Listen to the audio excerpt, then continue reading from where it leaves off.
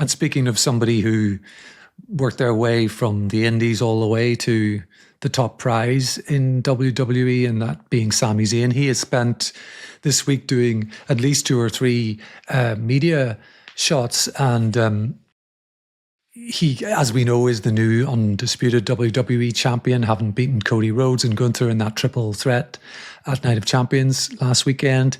In that media run, I think he's given some genuinely thoughtful responses. He appeared on the WWE Raw Recap podcast. Now, that's an official podcast, and in amongst some of the earnest answers, there's some storyline stuff, of course, as well, about the Golden Boy and all of that. But he's talked about the years of near misses. And I think, interestingly, one of the things he said was that the loss that hurt him the most was not the 2023 Roman Reigns match in Montreal, which a lot of fans were hoping would be the night for this guy, but losing to Drew McIntyre at this year's Royal Rumble, because he said that was the first time his faith was really shaken, because he was watching the rise of the next generation, the Trick Williamses, the Obafemis, Javon Evans, as he gave quite a few shout outs, and feeling that the crowd were starting to shift and that maybe his window was closing. Later in the week, speaking to ESPN, he said he would have considered his career a success even if he'd never won the title, because of the great stories he got to tell, the Bloodline saga, the matches, the emotions he got to evoke. He gave Johnny Knoxville a shout out. I think you and I are both in the same boat as that being one of our favourite WrestleMania matches of recent years, with just something really different, but that really, really worked. So the consistent element in this man's career is that he can make anything entertaining. Absolutely, He can make the most out of anything he's given. A consummate performer. Yeah. But he also said that, of course, he wanted the title. And of course, he said, even if this was a 1-year reign, he'd want 13 months. But he said, if it's a 2-week reign, no one can take that away from him. And right. I guess, given what we're going to talk about tonight, that's a real possibility. It is. But yeah. Well, he's a Grand Slam champion, and I think he's right to say that cannot be taken away from him. And I remember us talking last week, where when I was sort of pulling for this guy in a sense, hoping that this would happen. And even if it is a short reign, I'm glad that they put the title on him. I know they sometimes do this as somewhat of a consolation or a reward for a talent that deserves it. Mm-hmm. But they will sacrifice that in service of the bigger storyline for the bigger PLE, and we may well see that happen. Sure. Yeah. So first of all, I really enjoy Sami Zayn's interviews. And I found in these particular, at least 2 of that I listened to, the Raw one and the ESPN one, he comes across very genuine, he's not talking out of character. Even though there are at least elements of some of the answers that are very much to do with Cody and I aren't that cool lately, and such and such. Even the thing about Drew being the sort of first part of his the sort of instigator of him actually doubting whether or not he's a world title guy. That is almost that could also be storyline too. That is sort of what brought about Crash Out Sami Zayn, right, with the water bottles and all that. So even that could be in storyline, but it works both ways, it works in that, what he's saying is what I think we all felt watching the show.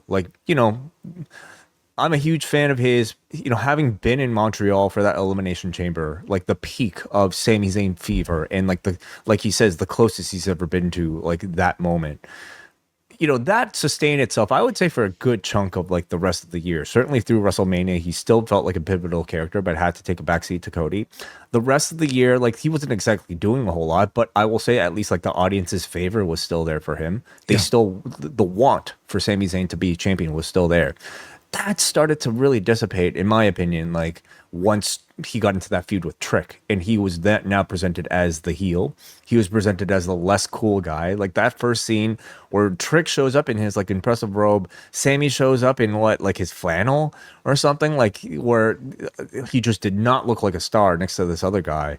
Yeah. Like suddenly, I don't know, you start, if there was any genuine concern from himself about whether or not the audience actually still wanted him to be champion, I could believe that he started feeling that way, because I truly do think that.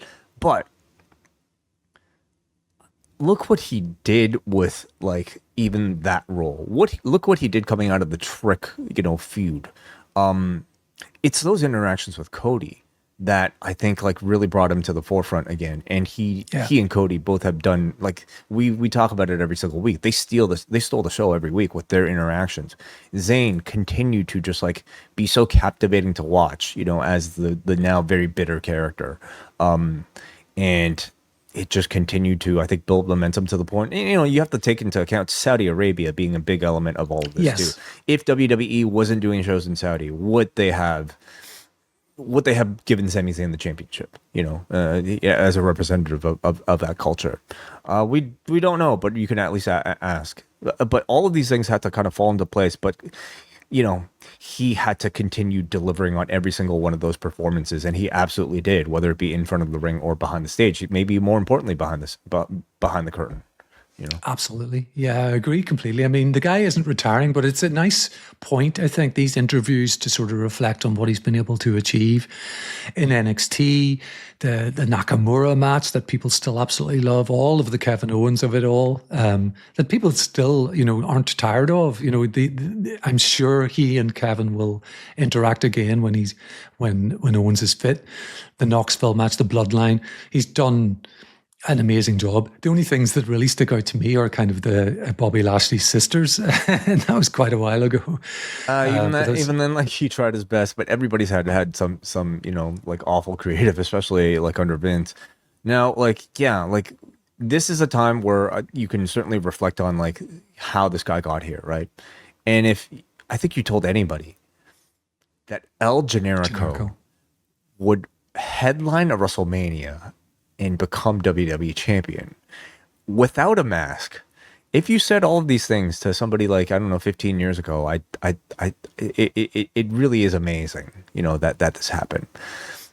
I also do think though, like this whole conversation brings about like what a championship actually represents. I mean, it does to me sound a little bit silly that like, would we not have had these accolades attached to him? Would we not be having this conversation if not for this fictitious championship that has now been like put onto this character? It is really silly, isn't it? But it does feel real in many ways. It is some level of confirmation, even though Sammy isn't the ace of the company. That's still Cody, that's still Punk, that's still Reigns. Even Sammy's not that guy. There's still some level of conversation that he is among the top performers of this industry. It is just some sort of like physical representation that says, okay, he is, one of these guys above this level. Because otherwise, I don't know, like they're like Roddy Piper is incredibly talented and people will speak of him as one of the greats, but maybe, it's not as, you kind of have to dig a bit deeper to get to Piper. Like whereas like maybe looking at a list of champions, it just puts you up there. It's like getting an accolade, like a Hall of Fame induction, for instance. Anyway, it means something real, despite the fact that it's not.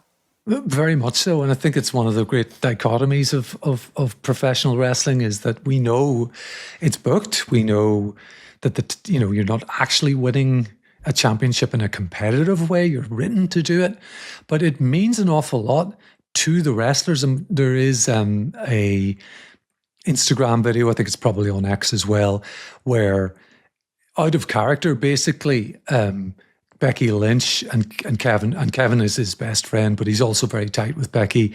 Becky is completely out of character, and it's just they are loving the fact that this guy's got his flowers. And I think that's what it really represents to the folks inside the industry, that, the powers that be are making you that guy or that gal, at least for now. And it is an accolade, even if it's not a sort of a genuine championship in the way that sporting ones are. Yeah, yeah, totally. I mean, it's you have been given a promotion, within your company. You or if you're an actor, you have now the starring role, one of or the headlining role, in the play, something to that extent, and it's worth celebrating, of course, absolutely. Yeah, cool. It's July on the Post Wrestling Cafe, and that means our extensive G1 coverage begins starting July 11th. We're going to have reviews of every single G1 card right up to and including the finals in the middle of August. Plus, Rewind Away takes a look at 2 episodes of Heels. We're also going to be going back to 2005 for a review of WrestleMania 21, and it is the start of our double shot episodes covering this season of Dark Side of the Ring. Plus, we are going to dive into the 3rd season of WWE Unreal. All that and so much more can be yours by signing up to the Post Wrestling Cafe. It gets you XL editions of Rewind to Raw, Dynamite, and SmackDown, Collision Course on a weekly basis, MCU later, and so much more.